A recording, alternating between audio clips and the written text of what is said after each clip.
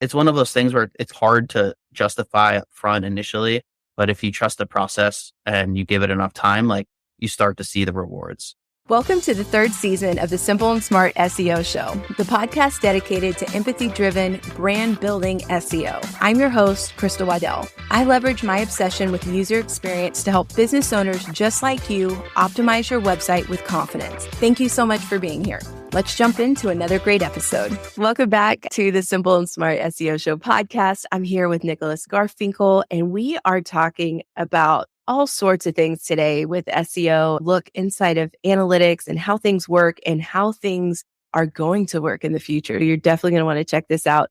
But Nick, thank you so much for joining us today. Tell me your relationship with SEO, how you got into this universe. Yeah, there's a little bit of rebounds. I started my career, actually, this internship for the Franklin Mint, which I don't know if you've heard of it before. It was really big back in like the 80s and 90s. And yeah, they sold coins and cars and things like that. And so I came on as like just an intern helping them out on day-to-day marketing stuff, and ended up realizing there's a huge SEO opportunity, and read SEO Models like every single day and every single article I could, and would read things and apply it and read things and apply it. And it was a blast. And throughout my career then, there was opportunities to apply and use SEO. I did. And over time, I shifted into big tech. I spent about 15 years between Vimeo and Amazon and eBay and Microsoft doing anything from analytics to product to marketing. And then about a year and a half ago, decided it was time to start my own venture and started this agency and got back into SEO and paid search and all these other things. And just, I find it so fascinating, and I've been reading about it ever since. And that I'm a big analytics person and felt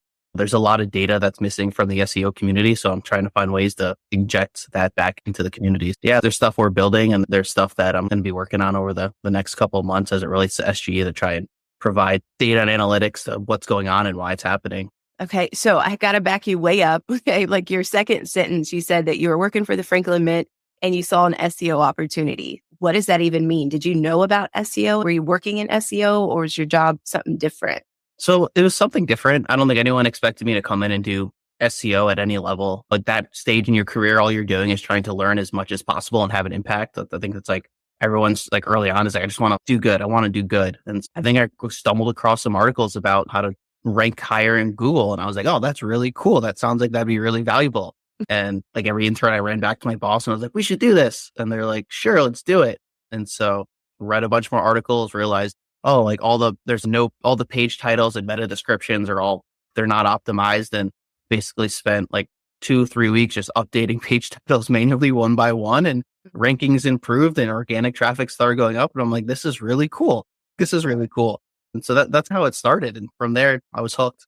Yeah. And what did your bosses say when that started to happen? They thought it was cool too. They're like, how do we do more of this? How does it go? How do we do better? Like 15, 20 years ago. That's like the best thing in the world though, when it's like, how do we do more of this? That's when you know you've really done well. Okay. And then you said that there's lots of data missing from like current SEO tools. And what are you talking about there? So I think as an industry, we have to rely a lot on what Google tells us. And so Google, I remember just a few months ago, Google came out and was like, links aren't the number one thing anymore. And it led to a rash of people saying, links don't matter. And there was articles everywhere about that. And there was a whole big thing, and that's subsided now, but we're at like the mercy of Google, right? And we don't know what's important and what to work on. And should we improve site speed? How much of a business impact is that going to have? Or should we fix our internal link structure first? And it's really hard to answer those questions because we're just going off guidance and our own general intuition. And with Google's algorithm changing so often, it's even if your intuition and experience about something that happened 5 years ago for a site you helped, that may not even be relevant anymore. And so there's a lot of kind of doing all the right things, knowing it'll eventually work, but there's not a lot of like data driven. Statistically, if I do this, I know the impact's going to be this. And so therefore I should do it. And I've seen some studies that have come out that kind of help infer some of those things. And I'd just love to continue to see more. Yeah, so I totally agree with you. Everything kind of seems like falls under the best practice umbrella, and eventually you'll see some sort of uplift or whatever. But is this what you've done with your tool, is create something that actually provides data insights to what's working? Exactly. So what we've done is we actually train machine learning models on your data, your website, your competitors, all the rankings. And so we're able to start to predict some of that stuff. And so what we do is it can predict things like, if this changes on your site, then this will be the impact in Google. So we've almost reversed Google in a way. And so now with our clients, what we can do is we can say, okay, you want to improve site speed. This is where you're at. Here's some benchmarks. And if we hit it, this is what our predicted impact will be to all your keywords and all your rankings, or even like internal link structure, right? Like if you make these changes and it generates these additional internal links to these web pages, this is what will impact it or won't impact it, right? That's what we've seen as well is, okay, like we want to make this change, but the data suggests that actually we shouldn't. And so we're just not going to make it right now. We know it's a good thing to do and we will do it eventually, but there's other things that we've predicted will actually have an impact. Wow. So that is so helpful, like with prioritization, like to actually know, okay, this is what you should focus on now to get the most movement forward. Now, have you guys gotten to the point where you can actually predict revenue increases? Like what's going to actually increase conversions and money in the bank? Yeah. So there's a few different ways you can approach that. The way we've approached that is we do two things. So if we can predict where you're going to rank, we can predict how much you're going to get, because we can say if you're ranked first, you're going to get 33% of click-throughs, or if you're ranked ninth, maybe you're getting a half a percentage. So once we're able to estimate the total amount of traffic, we can figure out how much that traffic is worth. And one way we do it is we look at paid search as a proxy and say, if my competitors are going to pay $5 a click for that, then I'm going to claim that traffic is worth $5 a click. So now we can tie it back to real like business value and say, hey, this is a $70,000 opportunity. And if you're a more sophisticated brand or you have a huge paid search budget, you can use your conversion rates and revenue numbers from paid search to figure out how much that traffic's worth on the organic side. We've even had a conversation with one company, they're a Fortune 500 company. What they want to do is they said, hey, we have all this money we're spending on paid search. Tell us which of these keywords you predict we can rank in the top 3 so we can stop paying Google every day for that and just get it organically. So there's a lot of really cool things that people can do with this once you put the data behind it, understand where you can rank and how you can rank. Yeah, I love how you reverse engineered that, because that's another question. What is the SEO value? What is the value of this work that we're doing here? But to, like you said, tie it back to PPC, it's super smart and a really fun way to look at it, and something that people already know. So you can attach it to like their prior understanding of how PPC works and then give SEO its value too. So I think that's pretty cool. What about with the AI overviews though? Now there's been this impact in the last few years of like featured snippets and those showing up higher in rankings. Like how does this take into consideration like all of the other SERP features? So that's going to be the next frontier for us. Everyone in the community has known for a while this is likely the direction Google is going. We weren't sure how exactly they were going to implement it. And I think it's a mixed bag in terms of what they've implemented and how happy people are with it. But I think for us, that's the next stage, is not just predicting where you can rank, but also starting to help people understand how you can actually show up in the AI summaries and what you can do to improve your chances there. And me and my team over the course of the next month are going to be doing a bunch of statistical analysis to help people understand just what's even happening in that space. Yeah, I think the SERPs are always going to continue to change. I think that's going to be neat. If your company can come up with a way to share with people how to show up there and have the statistical stuff to back it up, that's going to be pretty sweet. It will be. Yeah. It's a colossal undertaking. We may not even be successful, but I think that's the next place where we can provide a ton of value in a giant ocean of unknown right now. Yeah. So did you become a developer? Is that what you consider yourself now? What kind of technical title do you have? I think throughout my career, I've always worn a lot of hats. So I can code. I love analytics, doing a bunch of data science work myself. I love the product side of things. My previous role, I led the product organization at a data insights startup, and I've done the marketing side of things. So I'm a little bit of I can do it all, which is a good thing, but also a bad thing because it's hard to keep focused. But that lack of focus helped me develop Kixley and a number of other really cool initiatives inside my company. Yeah. So when you do the data analytics and stuff, are there certain tools that are available to the average Joe that you can use to analyze data?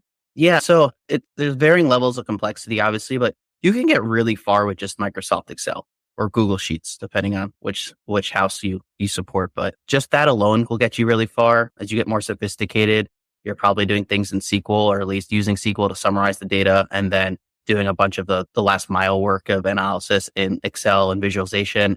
Eventually, you'll upgrade to something like Python or R, where you're doing it in more of a programming language. And that gives you a lot more access to some of the more rigorous statistical packages to help you do that at a higher scale. But I started my career just in Excel and SQL, and you can do a lot of incredible things with just curiosity and some time. Tell me something incredible that I could do statistically as my Shopify store. What's like maybe a common e-commerce data analytics thing I could do? Yes, I think one of the things you could do is look at first conversion rate by different products and try and understand there's certain products where people are visiting it and the conversion rates are really low. They're not buying, they're not adding it to the cart. And maybe that's a good indication that you should spend some time improving the descriptions or the product titles. You can search for your product, see what else shows up, create a spreadsheet of all the pricing, and then you can also start to visualize everyone's pricing versus your pricing alongside the conversion rate and get a sense maybe that's driving some of your conversion down. You can look at things like from an SEO perspective, I look at all the landing pages or which products are natural landing pages and which ones are not, and try to figure out why those are performing the way they are, and maybe spend time on the ones that aren't performing well to figure out, okay, what can I do from an SEO perspective? Is it the product title that I need to fix? Things like that. There's so much fun stuff from an email perspective. I'm assuming of abandoned cart emails and things like that, starting to run A/B experiments with subject lines to see, hey, which subject line leads to the best open rate or the best click-through rate, things like that. And then if you want to get really sophisticated, you can start cohorting your users and say, oh, here's my repeat customers and these are my new customers. And when I send this email to my repeat, I see this open rate. But when I see it to the new ones, I see this open rate, and start to figure out how do you treat each one of those populations differently? Because as a marketer, you need to talk to people the way they want to be talked to at the right time. So those are a few things I would think about. Yeah, that's interesting. Within the back end of Shopify, it actually has cohorts. And I never knew what that was. Got the gist of it that it's like a group of people that purchased a product during a certain period of time. But I sell a product that's more a one-time thing. And say you had a son who graduated from high school, that mother or father might purchase my product for that son or daughter when they're graduating high school, and then maybe come back a few years later for the next child. But for the most part, it's like the one and done type situations. Is there any analytics that can match up with something like that where it's not, I don't have a lifetime customer value that I'm shooting for as much as I am just that initial cart value? Yeah.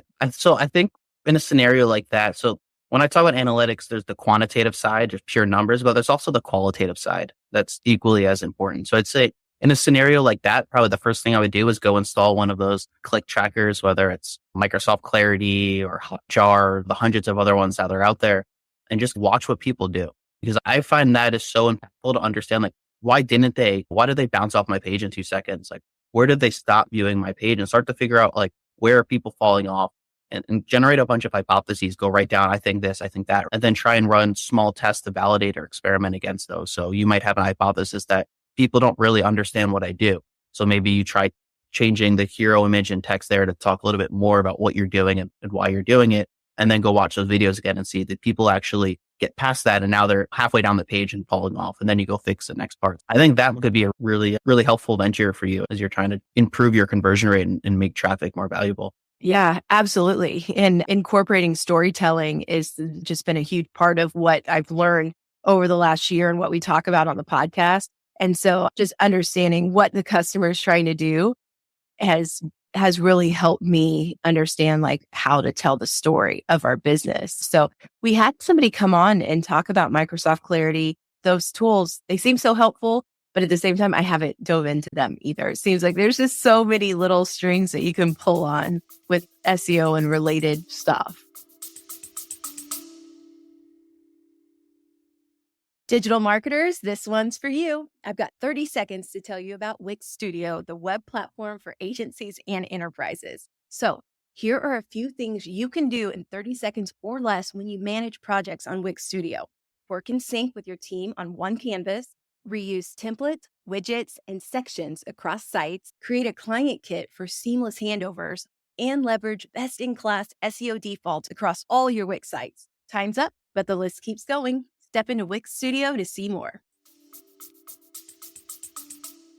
Yeah, it's just incredible. There's so many opportunities to connect with your customers, to understand how to tell that story better, whether it's using Hotjar and watching them move around your site, whether it's emailing all your previous customers and asking them for 15, 20-minute interviews so you can learn a little bit about why they made those decisions, surveys, like any bit of information you can get from your customers or prospects it's just gold. Yeah, for sure. Okay. So let's get back to keyword stuff. And I'm so glad that we did talk about that because on this show, SEO is just one part of a bigger picture. And so I'm glad that we're tying it into business outcomes, our customers, their journey, all that type of stuff.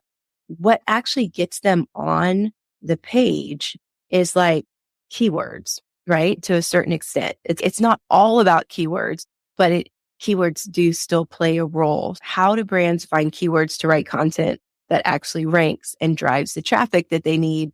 So it's hard right now. I think the tools out there give you some indication of what's going to be hard to rank for and what's not. And what I always do with my clients is I'll actually create a spreadsheet, and one axis is these keyword difficulty scores you can get at any of the SEO tools out there, whether it's Ahrefs or Moz or SEMrush or what have you. And then on the other axis, I use basically that combination of traffic and CPC to create that kind of traffic value. What I'm looking for is valuable keywords where the keyword difficulty is low. And that's typically one way to like start that process. There's a lot of talk in the SEO community about things like keyword clusters and semantic search and things like that. And that's all really important. But sometimes as a business, you just need to get to the basics and say, hey, that's low hanging fruit. I'm going to go tackle it. So I would say that's one of the best and easiest ways is generate a big list, figure out, look at the keyword difficulty scores, and then go from there. As you get more advanced, you start thinking about how do I build entire topical clusters of content that all interlink with each other to improve my chances. But sometimes, again, you just got to start at the foundation and really just focus on what are the easy wins and just take them. Yeah. And one thing I've thought about too is there a tool that does that for you where you identify the low hanging fruit, but then it tells you, okay, these are your internal linking instructions. Has anybody created anything like that? There's a lot of really cool content tools out there that do stuff like that. And they help you understand, hey, everyone who ranks in the top 10, all their content's 1,000 words to 1,500 words. And they all talk about these topics and things like that. So there's a lot of good tools out there. There's none I think I'd recommend on your podcast for people. If you go search for something like that, you'll definitely find some things. But I think there's different levels of SEO. And sometimes looking at those tools can almost be overwhelming.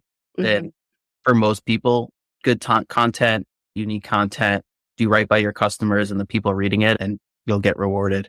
Yeah. Jamar Ramos, who was on the show, he talked about customer optimization. And we were talking about the fact that like you could have an increase in revenue and an increase in traffic, and then also have a decrease in like the domain authority metric. It is like, how is that possible? Like you're doing everything you're supposed to be doing technically or whatever. And then all of a sudden your income goes up, but your authority on the internet goes down.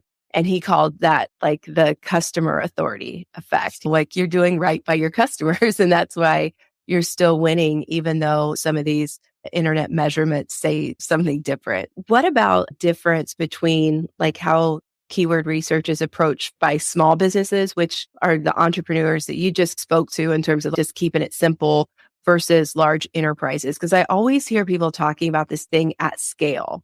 And I'm like, what is that scale? What does that even mean? Was there like a minimum requirement for it to be at scale? I don't live in that world. So I was just wondering if you could share that with us. Yeah, there's just huge advantage for enterprise businesses in the SEO world. One, from just a domain authority perspective, Google tends to favor larger brands because I think the risk of showing low quality content or spammy content is much lower. But also they just have so much data. There's so much data there for them to be really data driven about what keywords to go after. They understand how they rank and where they rank and what type of keywords they can rank for. And because of that, they have this huge advantage where they can apply statistical modeling to figure out how they can rank for it. So that's what Kixley was predicated on, is this notion of, hey, I can build this model to predict where we're going to rank because they have all this data behind it.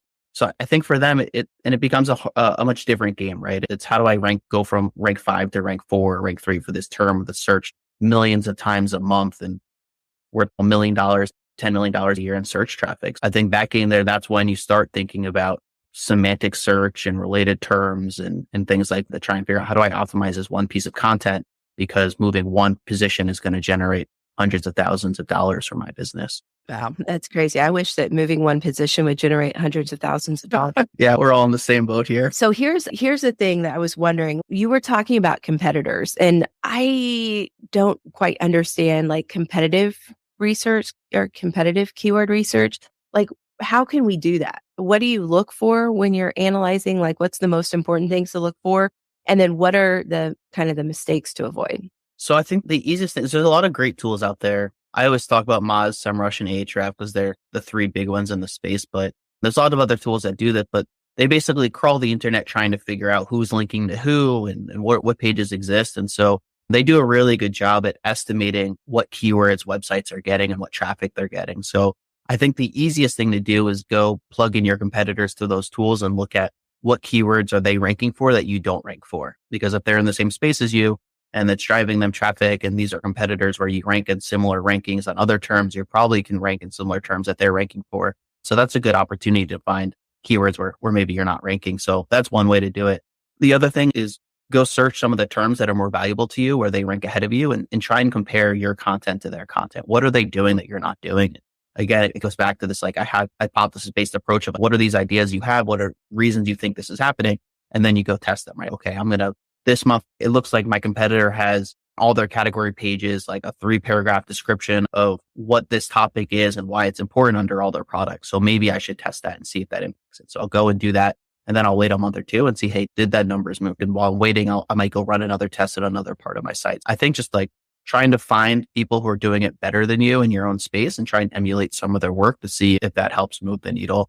Okay. So when you think about like product pages versus category pages, is there some sort of best practice in terms of which one you want to rank or focus on ranking, or is one more likely to rank than the other? Because I've seen some stuff lately about category pages that I was like, I didn't really know that before. I just think that the nature of category pages from an internal link perspective, right? You're going to have all your high level pages, like your homepage is always going to point to all your like core service pages or category pages. And then those category pages are going to then link out to products. And so if you think about your page authority, domain authority, the homepage is linked to by every single page on your site.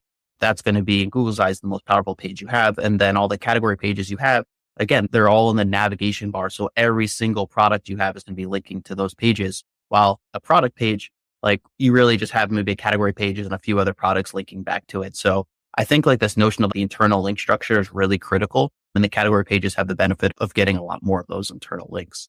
That said, it depends on the search term and how your website is set up. So it's not a one size fit all best practice, I would say, but that's how it is. What about like mega menus? And if we just look at e-commerce, if you've got these huge menus on your homepage, how does Google know that which has like a higher link authority when there's just so much on that page?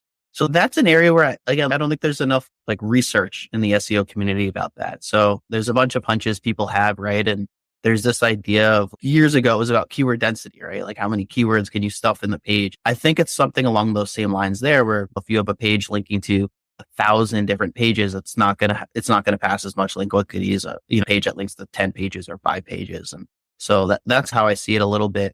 There's also a lot of things that Google's come out with around how they're able to detect what's in the nav bar and what's in the primary headings. Now they're saying like, you don't even need to use H1 or H2 or H3 headers because they can just understand what the bigger text is and for the importance on the page is relative to that. I think anyone who can answer that without the data is probably shooting from the hip a little bit. But I think that's, as a community, it's where we're at in a lot of places. Okay, that's really interesting. Okay, how can local businesses optimize their keyword strategy for local SEO? And do you think it's as important for local businesses to focus on this versus businesses who might sell nationwide or globally?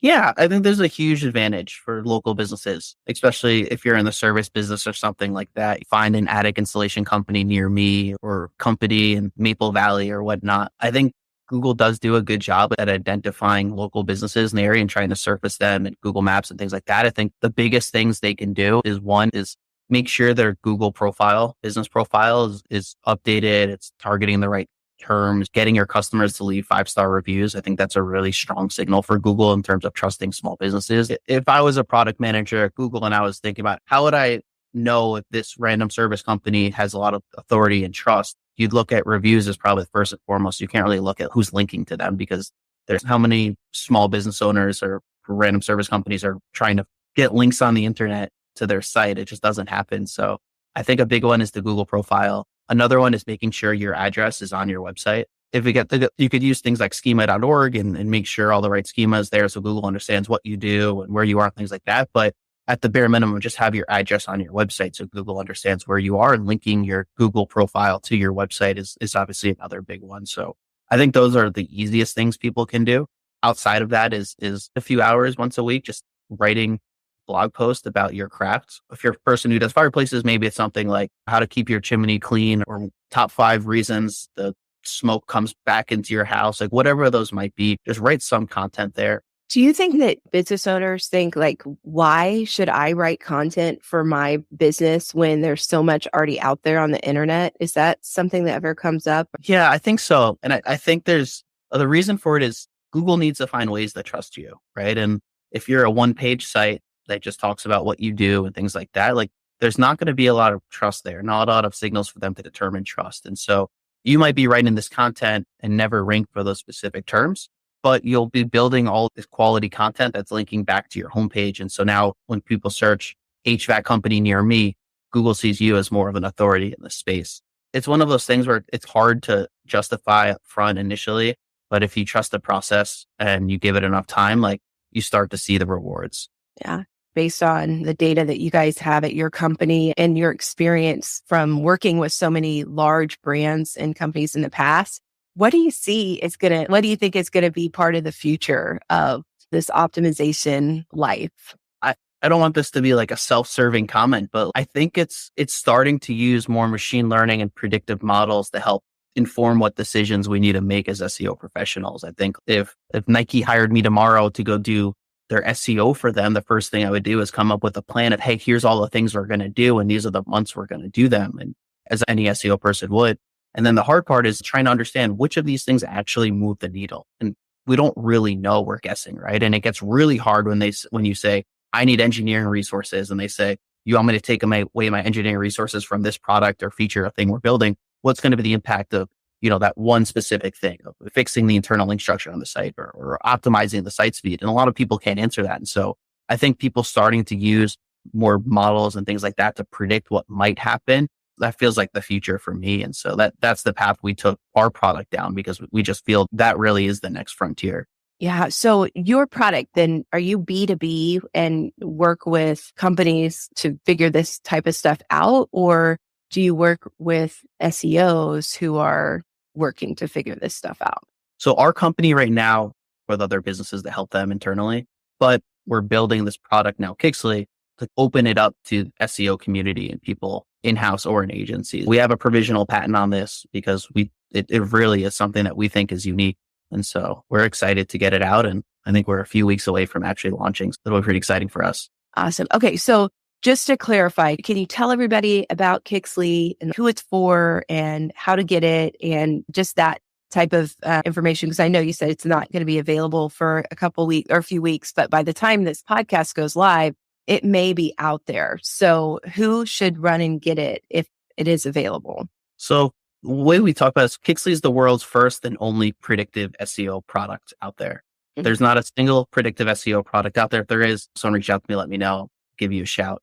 Anyone who's doing SEO at a company that has over 100,000 visits a year or can attribute at least $100,000 in value to their SEO traffic, I think it's a slam dunk. It just makes too much sense for them, right? Because at that scale, this model is able to identify 3% wins, 5% wins, 10% wins that are meaningful to the business.